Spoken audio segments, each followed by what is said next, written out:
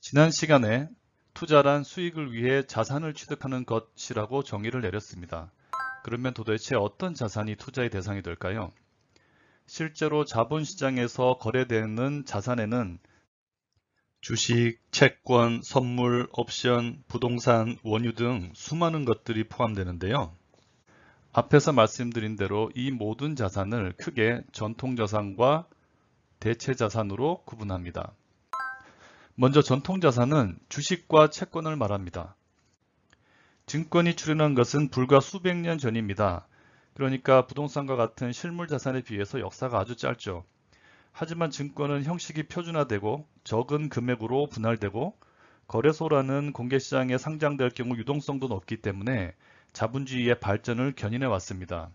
따라서 현대적 의미의 자본시장에서 증권은 전통자산이라고 불리고 있습니다. 그런데 한 가지 유념할 것은 우리가 흔히 전통자산이라고 얘기할 때는 주식 중에서 거래소에 상장된 주식만을 얘기한다는 것을 잊지 말아야 되겠습니다. 이런 전통자산에 포함되지 않는 나머지 모든 자산을 대체자산이라고 합니다. 대체자산은 전통자산에 대비해서 부르는 말이긴 한데요. 그 역사 면에서 보면 주식이나 채권과 같은 증권보다 훨씬 오래전부터 투자자의 투자 대상이 되어 왔습니다.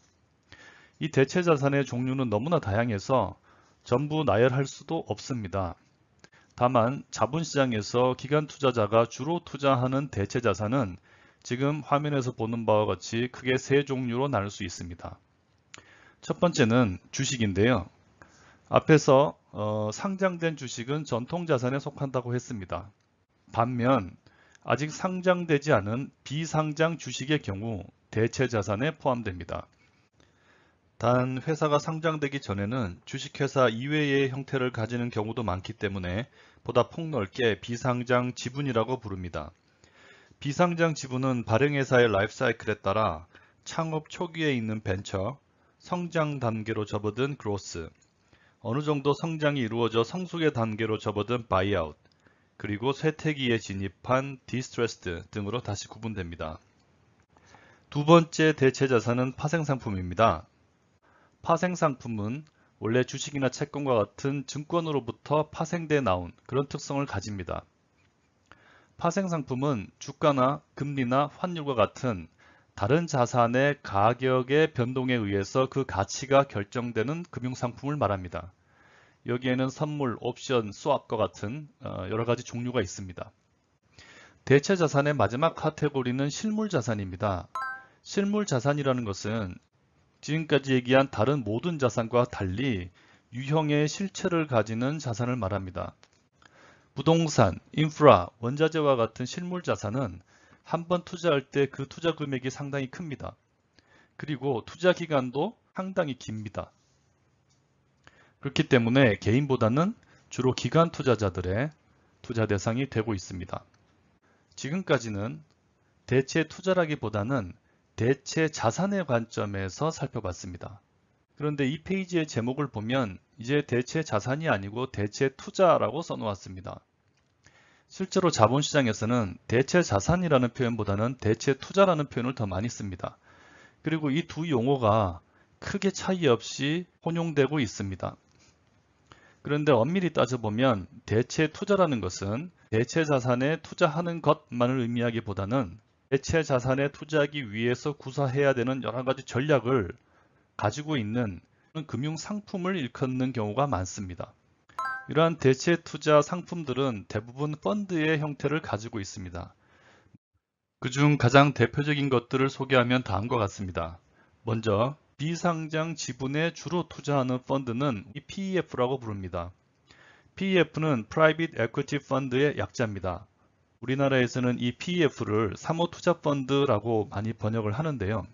Private이 사모라는 뜻도 가지고 있고 비상장이라는 뜻도 중의적으로 가지고 있기 때문에 번역하지 않고 그냥 PEF라고 부르는 경우가 많습니다. 두 번째로 파생상품에 주로 투자하는 펀드는 해치펀드가 가장 대표적입니다. 하지만 해치펀드도 순수하게 파생상품에만 투자하는 경우는 많지 않습니다. 대부분의 헤지펀드는 주식이나 채권과 같은 증권과 파생 상품을 결합해서 합성 포지션의 형태로 투자를 합니다. 애초에 헤지펀드가 개발될 때는 주식이나 채권이 가지고 있는 위험을 해지하기 위한 목적으로 파생 상품을 결합했습니다. 그래서 이름이 헤지펀드라고 붙었는데요.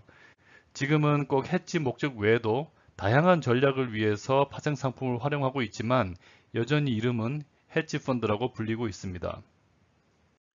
대체 투자 펀드의 마지막 카테고리는 실물자산 펀드인데요. 실물자산 펀드의 이름은 그것이 투자하는 자산의 이름에 따라 붙어 있습니다. 부동산 펀드, 인프라 펀드, 원자재 펀드 등의 사례인데요. 이 세 가지가 실제로 기관 투자자들이 투자하는 가장 대표적인 투자 대상입니다.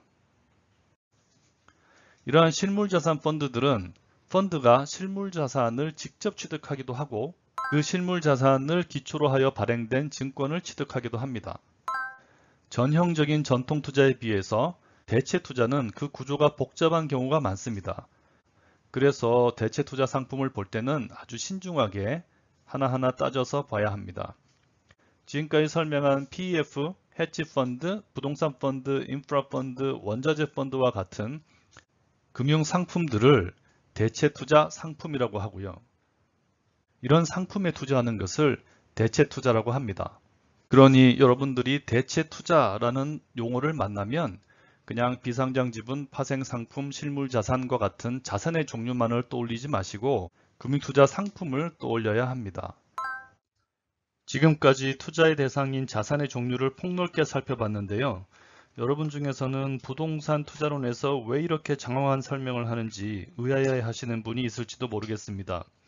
그런데 투자자, 특히 기관 투자자 입장에서 생각해보면 그 이유를 쉽게 알 수 있습니다.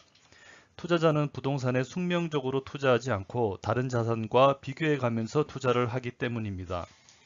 여러분이 부동산 투자의 전공자이거나 전문가라고 해서 부동산만 생각해서는 안 됩니다.